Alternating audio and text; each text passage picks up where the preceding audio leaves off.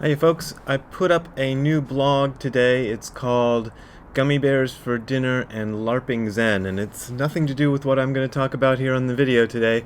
So, go over and check that out. What I wanted to talk, I'm out of breath because I was just chasing Ziggy all over the place because he has a sock and I want to get that sock.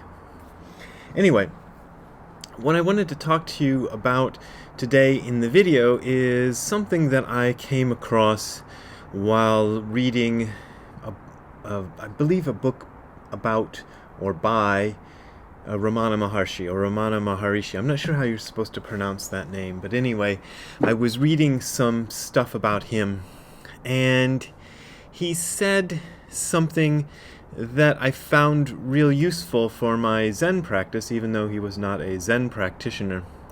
And I thought I'd share it with you and maybe talk about it and see if I can do something.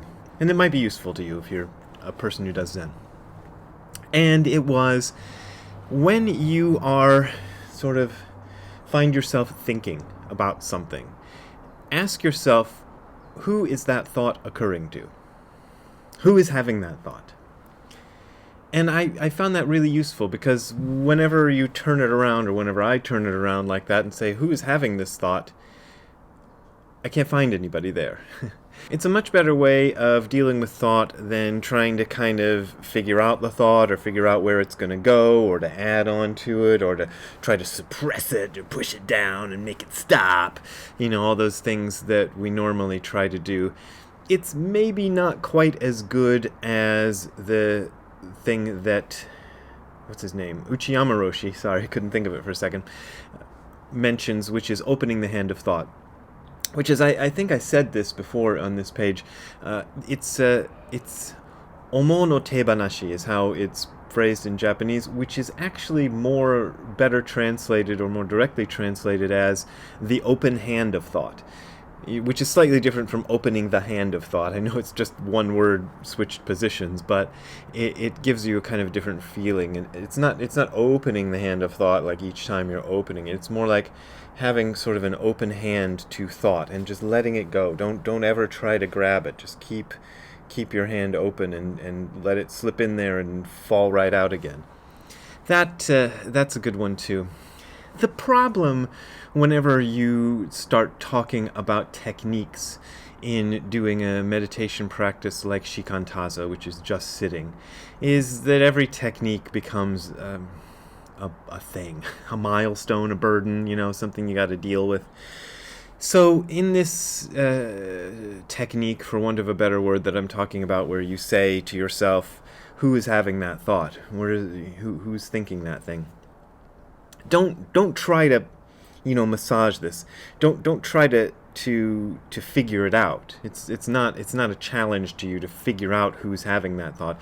Just notice that when you say who is having that thought, you can't find anybody. At least I can't find anybody. And I've been trying for 30 odd years to find out who's thinking my thoughts, and I still haven't found him, But I still am burdened with the conventions of language that say, I thought about gummy bears, or whatever it happens to be that came through my mind.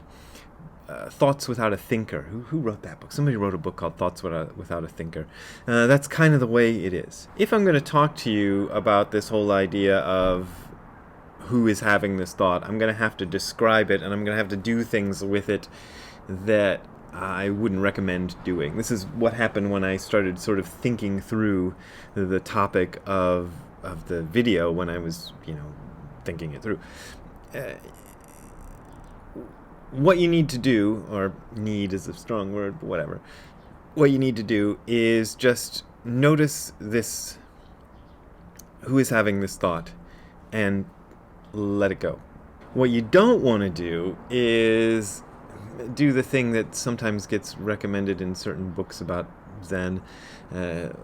Hold the thought like an iron-hot ball that you've swallowed, but you can't swallow all the way down, or barf up, or, and you're holding it in your gut and trying to figure it out and, push into who is this. That I don't know, that might be fun, but it's not what I would recommend, and it's certainly not a shikantaza style practice the way Dogen talked about it. He used the phrase, turn the light around and shine it inward, and that, I think, is basically the same idea as saying, who is having this thought? You know, if you're thinking something, rather than getting caught up in the thought, trying to notice, is there any entity in there who is having this thought, is real useful, because it tends to kind of dissolve a lot of your conventional ways of understanding things. Because our conventional way of understanding thought is that I am having this thought, and if I am having this thought, well, it must be important to me, and if it's important to me, then I better figure out what this thought is, you know, see where it came from in terms of tracing the thought back to the thought that set it off in the first place and the thought that set that off and whatever, or trying to figure it out. You know, it's kind of interesting, this is a little bit of an aside, but I have found myself during meditation occasionally trying to figure something out, and when I stop and kind of notice what I'm doing,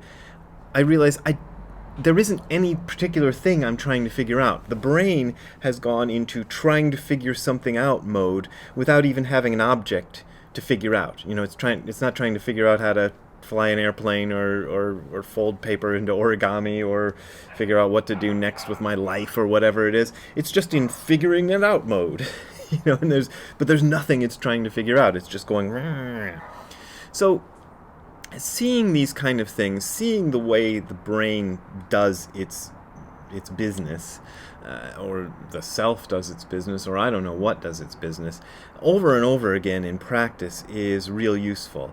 But also turning it around and going, well, who is having that thought? Who's thinking about this stuff?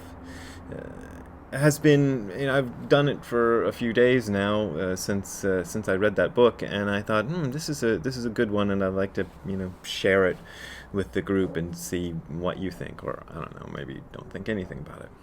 But that's really all I had today. I know it's a short video, but if you want to support me making short videos like this, or long videos, or you have suggestions, you can write me. If you have a suggestion for a video, I often take those up. But if you want to donate to me, you can send a donation to the address that you're seeing below on your screen. That is how I make my living. That is the main source of my income. I really appreciate those of you who are supporting me. If you are having financial trouble, please don't send me any money, because, you know, I'm hanging in there and everything's all right as long as people are sending me little bits and pieces here and there. It helps a whole lot, so I thank those of you who are still sending. See you later. Have a good time all the time. Bye.